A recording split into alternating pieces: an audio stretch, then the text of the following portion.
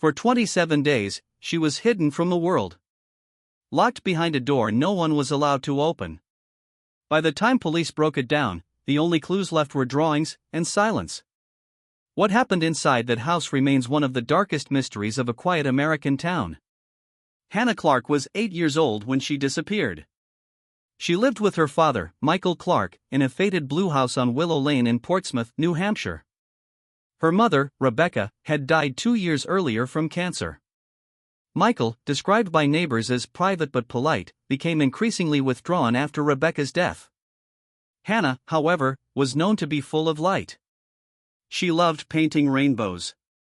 Dreamed of owning a horse someday. Her teacher said she had a laugh that made others laugh. Then one day, she vanished. On March 2, 2023, a school administrator called Michael Clarke. "Hannah hasn't been at school for a week." Michael answered coldly. "We're homeschooling now. She's fine." But something felt off. When a truant officer visited the home, no one answered the door. They reported it to Child Protective Services, CPS, but due to case overload, no follow-up came for another 18 days. By the time they returned, it was almost too late. When CPS and police finally entered the home on March 27, they noticed blackout curtains nailed to the windows. Dozens of locks on the inside of the doors. A strange chemical smell. They called out, "Michael? Hannah?" No response. Inside, the house was freezing. The thermostat had been shut off despite outside temperatures being below zero. In the living room, a mattress on the floor. Cans of soup stacked like walls. Doodles taped to the walls, houses, horses, rainbows. Finally, they found it. A door at the end of the hallway with 3 padlocks. They broke it open. And there she was.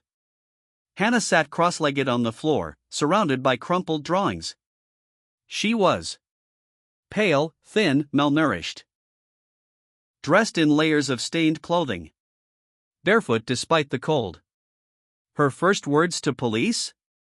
"Are you real?" She hadn't spoken to anyone but her father for nearly a month. Medical reports later showed severe dehydration. Early stages of hypothermia. Malnutrition. But no signs of direct physical abuse. Michael Clarke was found in the garage, dead from carbon monoxide poisoning. Investigators pieced together a chilling story. Michael Clarke had become increasingly unstable after Rebecca's death. Signs he was spiraling. Stopped answering calls from family. Boarded up the house to protect against the world. Began hoarding supplies like a man preparing for a siege. In his journal, police found disturbing entries. "The world is evil. They will take her from me. I must keep her safe. Only I can." He wasn't planning to hurt Hannah. He thought he was saving her by locking her away from everyone. Framed Picture Part 6, The Walls Tell a Story. The walls inside Hannah's room were heartbreaking. Hundreds of drawings. Many showed a house surrounded by giant walls. A small girl reaching up to a window. Monsters with blank faces standing outside. One chilling drawing showed her mother's gravestone, with the words, "If I go outside, I'll be taken away."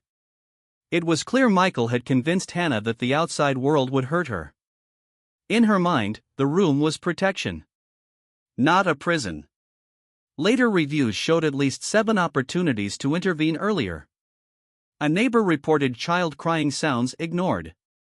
Hannah's absence at school for weeks marked as homeschooling without verification.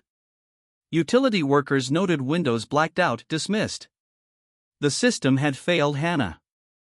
If authorities had acted even 1 week earlier, they might have saved her from 27 days of isolation and fear. News of the girl behind the locked door spread like wildfire. There were protests outside the local CPS office. Petitions demanded new laws. Mandatory in-person checks for sudden homeschooling claims. Faster follow-ups for reports involving children. Mental health evaluations for surviving guardians after a spouse's death. The case triggered nationwide reforms on child welfare policies. But for Hannah, healing would take far longer. After months of therapy, Hannah eventually spoke publicly through her lawyer. "I still love my dad. He was sick, not bad. I forgive him." She now lives with her maternal aunt and uncle. She's enrolled in school again. Takes art classes. Is learning to ride horses, fulfilling her biggest childhood dream. Each year on March 27th, Hannah releases a balloon. "One step closer to the stars Mom promised me." The house on Willow Lane was torn down a year later. In its place? A small playground called Hannah's Garden, built by community volunteers. The entrance sign reads, "Here, no door is locked. Here, every child can run free." Evil doesn't always come dressed in shadows. Sometimes it looks like love twisted by grief. Hannah Clarke lost 27 days of her childhood. But today, she stands not as a victim, but as a survivor. Proof that even after the darkest winter, there can still be a spring.